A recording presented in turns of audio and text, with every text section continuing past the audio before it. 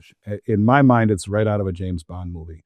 And there's a man there who I believe his tenure just came to an end. His name was Augustus Carstens. He looks like Augustus from Willy Wonka grown up. Serious, a big portly guy. And he says, yeah, we can't be involved with a cross-border payment system that would allow countries to circumvent Western sanctions. So we're pulling the plug at the 12th hour, embarrassing them. And it's as if he just realized that Russia was the R in BRICS at the 12th hour after 4 years of building this Chinese technology through the BIS Innovation Hub, which would have assimilated, so to speak, or integrated this technology into the system, which would have hopefully meshed with SWIFT as an example. So they got very angry and things have kind of gone dark for a while. If you've noticed, there hasn't been a lot of conversation around it.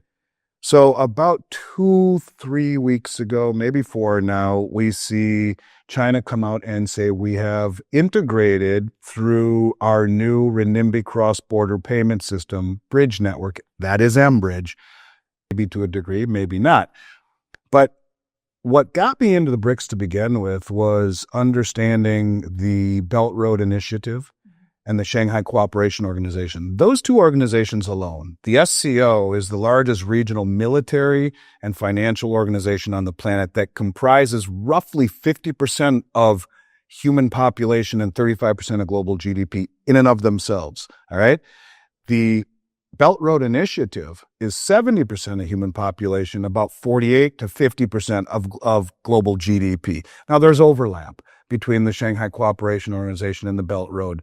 But I want you to think about it this way. You add in the Shanghai Cooperation Organization, you add in the Belt Road Initiative, because, along with the BRICS, because what we just found out about 2 weeks ago was that the yuan is now convertible into gold through the Shanghai Metals Exchange. Sergei Lavrov came out 2 weeks ago, and no one is saying this. To my mind, everyone is saying what I'm saying right here. Vince Lancey has done an amazing job talking about this. But the one piece that everyone is missing is what Lavrov just said. He said that we will open this technology up to non-BRICS countries. However, it is not compatible with the dollar, the pound, or the euro. So think of it in terms of the Belt Road. Think of it in terms of the SCO and the BRICS. You are opening up this ability to settle in 7 seconds outside of SWIFT and then settle imbalances. And by the way, that's in local currencies. And so if you have a currency and I have a currency, and we really never get to use it very much cross-border because we're always using dollars, now we get to use our own currencies, which strengthens our own monetary ecosystem. But when all these vaults are built and all of this infrastructure, independent of the BRICS countries, including the BRICS countries, gains maturity, and the settlement system in gold really works, and using local currencies really works, this is something that no one is counting on. And I think it accelerates tremendously this payment system that over time disrupts the settlement in dollars and the reserve status of the Treasury, which is being replaced by gold. I think it's massive news, Charlotte. I really, truly do. Sounds really big. And thank you, as always, for going into the details there that we definitely don't see in other locations. I'm curious to get your thoughts. So we've had the BRICS meeting. We've recapped kind of what is coming out of there, all these significant developments. At the same time, and you'll probably tell me this is no coincidence, we've had Trump and his tariff talk on countries that align themselves with the BRICS. And he's talked previously worth of spending in the U.S. government. So we're a government, they want to raise the debt ceiling to $5 trillion. There's going to be a $2.5 trillion deficit. There's tremendous infighting still between red and blue, and this coercion and our irresponsible spending, and on and on and on. We haven't learned. And so we've pissed off the world. And so in my opinion, it's the wrong thing to do. Now, let me say this. I'd vote for Trump again. I voted for him. I'm glad he's here. I think we'd be in a world of hurt if it were the other way around. However, his actions, the previous administration's actions, were too dumb to be dumb. This is almost like he's trying to foster in a reset the way the previous administration did. Piss everyone off enough so that they dump treasuries. Now, they're already doing it. They're already shedding treasuries. The Fed had to come in 2-3 weeks ago and buy $48 billion worth of treasuries, 3, 10, and 30 year.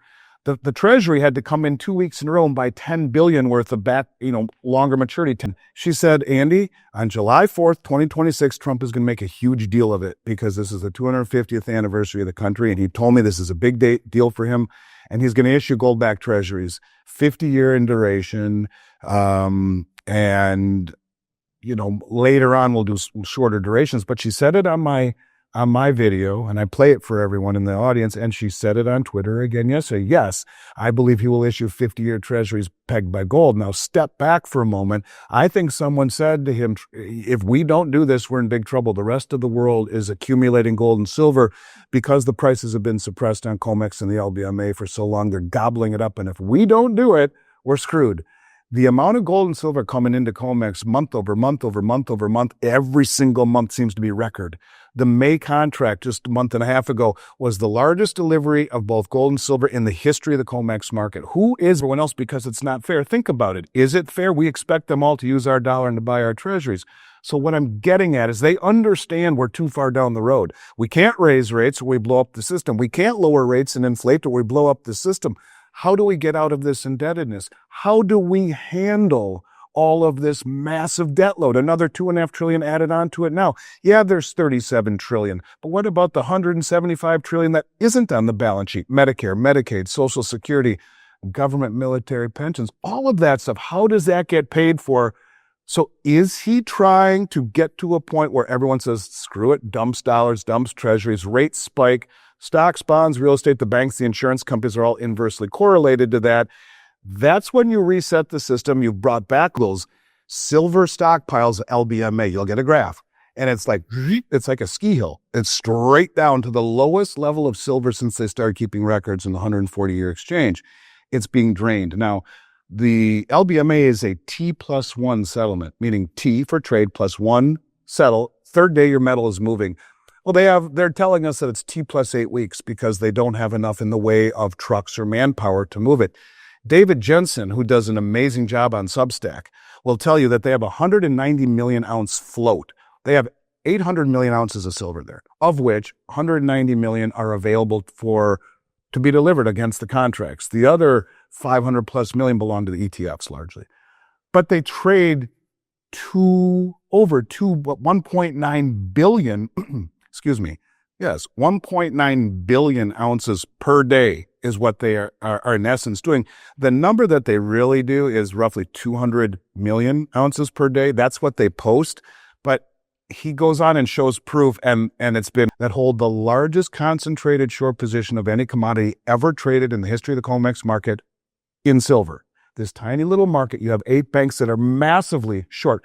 And the LBMA, they're trading 3.5 times the annual global mine supply every single day, 10 times the availability of the silver that they have backing those contracts. All of this stuff. Now ask yourself, why? Why would 8 Western banks hold a short position as extremely large as it is and almost all of it naked, meaning it's not backed by anything? And the question is, in my mind, answered by the reality of the military-industrial complex. Think BlackRock. BlackRock is the custodian, along with JP Morgan, of the world's largest silver trust, SLV. You can naked short the hell out of SLV if you want. So let's just pretend I'm right for a moment. A company like BlackRock, who owns all of the military manufacturers like Raytheon and all of the are now being challenged by the rest of the world for delivery. So I would say silver offers potential that I've never seen in any asset I've ever owned or would ever think of buying with such low downside. And, I would say to those people, have strong fingertips, trust your gut. There isn't an asset with a better setup on the planet, not just for the fact that it's undervalued or it's being shorted, but the plurality in uses, monetary uses, digital uses, solar panel use, military use. All of these uses for silver in different areas makes it an asset that, and your folks in Canada are lobbying to move it from a industrial to a strategic metal. It is a strategic metal.